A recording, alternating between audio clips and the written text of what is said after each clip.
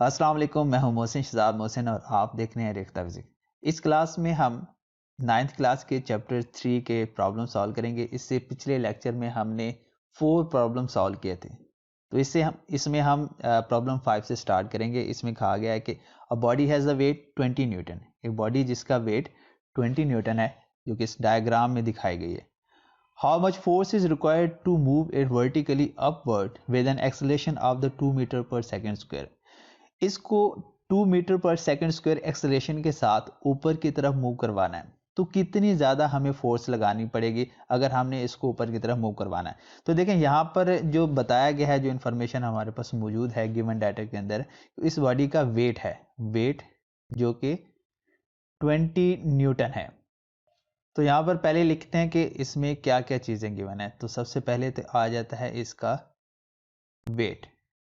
Wait W is equal to 20 newton, ये given है।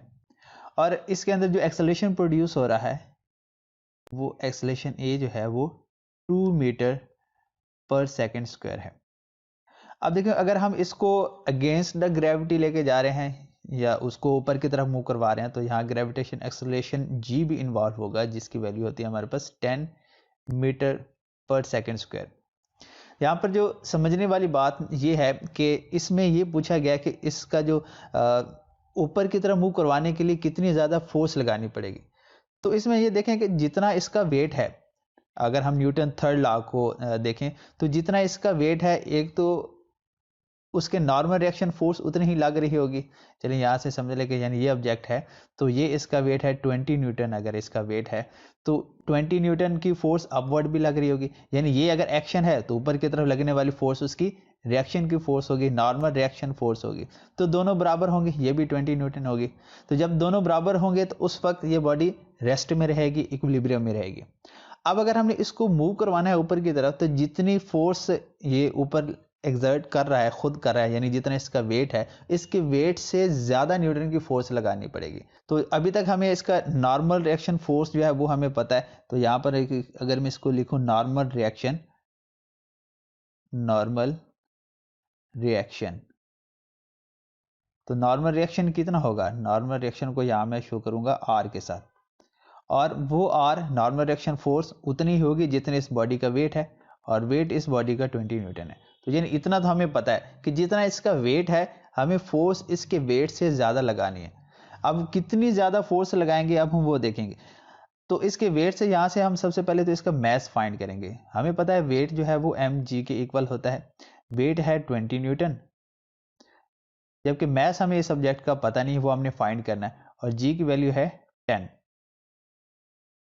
तो यहाँ से अगर ये इसके साथ कैंसल हो, तो मैस जो हमारे पास आता है वो 2 किलोग्राम आ रहा है, यानी ऑब्जेक्ट का जो मैस है वो 2 किलोग्राम है।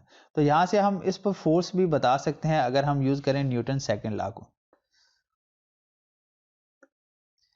न्यूटन सेकंड लॉ के हिसाब से हमें पता है कि F जो फोर्स है वो इक्वल है ma के। अब मैस अभी हमने फाइंड किया हुआ है 2, और एक्सेलरेशन इसके अंदर जो प्रोड्यूस हो रहा है वो भी 2 है। दोनों को मल्टीप्लाई करेंगे तो आ रहा है 4 न्यूटन। इसका मतलब ये हुआ कि जो एक्स्ट्रा इसके ऊपर जो हमने फोर्स लगानी है, जो कि इसके वेट के इक्वल है, उसके अलावा वो 4 न्यूटन की। तो अगर इसको 2 मीटर पर सेकंड स्क्वायर के एक्सेलरेशन के साथ ऊपर की तरफ मूव करवाना है, तो इसका मतलब यह हुआ कि हमें जितना इसका वेट है प्लस ये जो अभी हमने फोर्स फाइंड किया, ये इनको ऐड करेंगे, तो तब हम उतनी फोर्स के साथ इसको 2 मीटर पर सेकंड स्क्वायर एक्सेलरेशन के साथ मूव करवा सकते हैं। तो यहां से हम लिख सकते हैं आगे, required force is equal to normal force plus force producing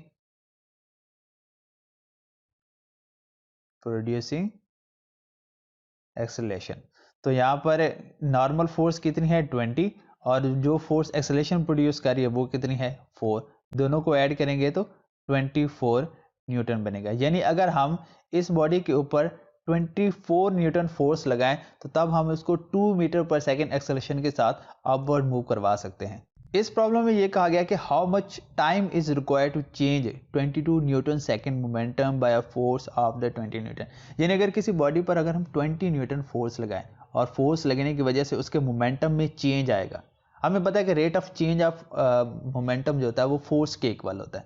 तो उसी फॉर्मूले का हम यूज़ करके वो टाइम बताएंगे कि अगर हम 20 न्यूटन फोर्स लगाएं, जो चेंज इन मोमेंटम है जो कि 22 न्यूटन सेकेंड है, तो इससे इतने मोमेंटम को चेंज होने के लिए कितना टाइम लगा वो हमने बताना है। तो सबसे पहले तो हम लिखते हैं गिवन डाटा में कि फोर्स ये गिवन है, force F that is equal to 20 newton and change in momentum, change in momentum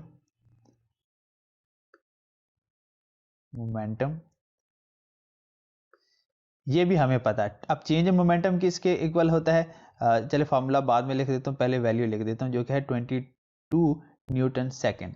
अब फॉर्मूला हमारे पास इसका होता है चेंज इन मोमेंटम का जो कि फोर्स के इक्वल होता है, यानी F is equal to TF minus PI divided by T। तो यहाँ पर वैल्यूज हमारे पास मौजूद हैं। इस फॉर्मूले को थोड़ा सा मैं चेंज करके लिखता हूँ जो कि हमें फाइंड करना है। इसमें हमने क्योंकि टाइम फाइंड करना है तो टाइम को दूसरी तरह मल्टीप्लाई कर देंगे और फोर्स को डिवाइड कर देंगे। तो change in momentum PF minus PI divided bye F हो जाएगा।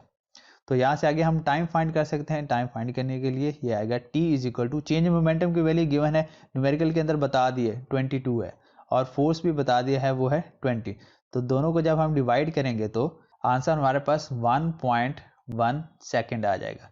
यानी अगर हम 20 न्यूटन फोर्स लगाएं तो 1.1 सेकेंड के बाद उसका इतना मोमेंटम चेंज होगा जो कि 22 न्यूटन सेकेंड है।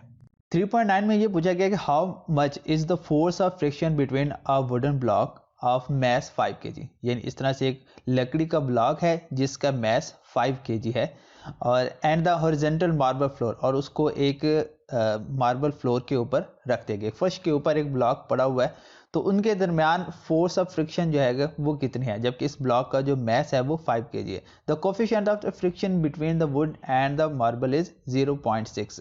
यानी इस ब्लॉक के और नीचे फ्लोर के दरमियान जो कोफिशिएंट ऑफ फ्रिक्शन है वो 0.6 है। अब कोफिशिएंट ऑफ फ्रिक्शन हमें पता है कि लिमिटिंग फ्रिक्शन और नॉर्मल रिएक्शन फोर्स के दरमियान एक रेशियो होती है जो कि हमेशा कांस्टेंट रहती है।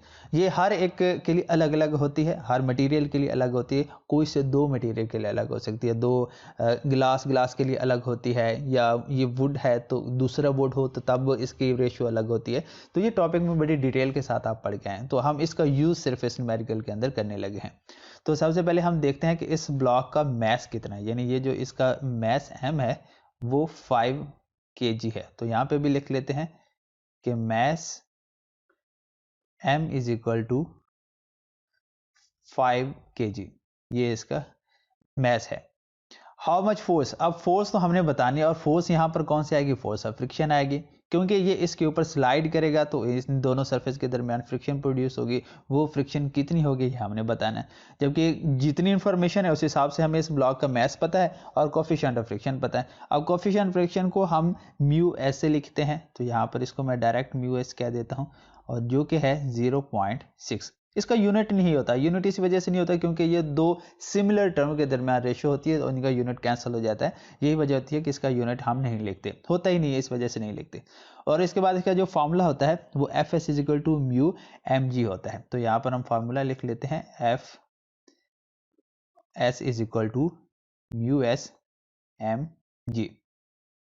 तो यहाँ वैल्यू लगा देते हैं। फोर्स ऑफ फ्रिक्शन तो हमने फाइंड करनी है, म्यू की वैल्यू ऑलरेडी क्वेश्चन के अंदर बताई हुई है जो कि 0.6 है, into mass of the block that is 5 kg into G gravitation acceleration 10।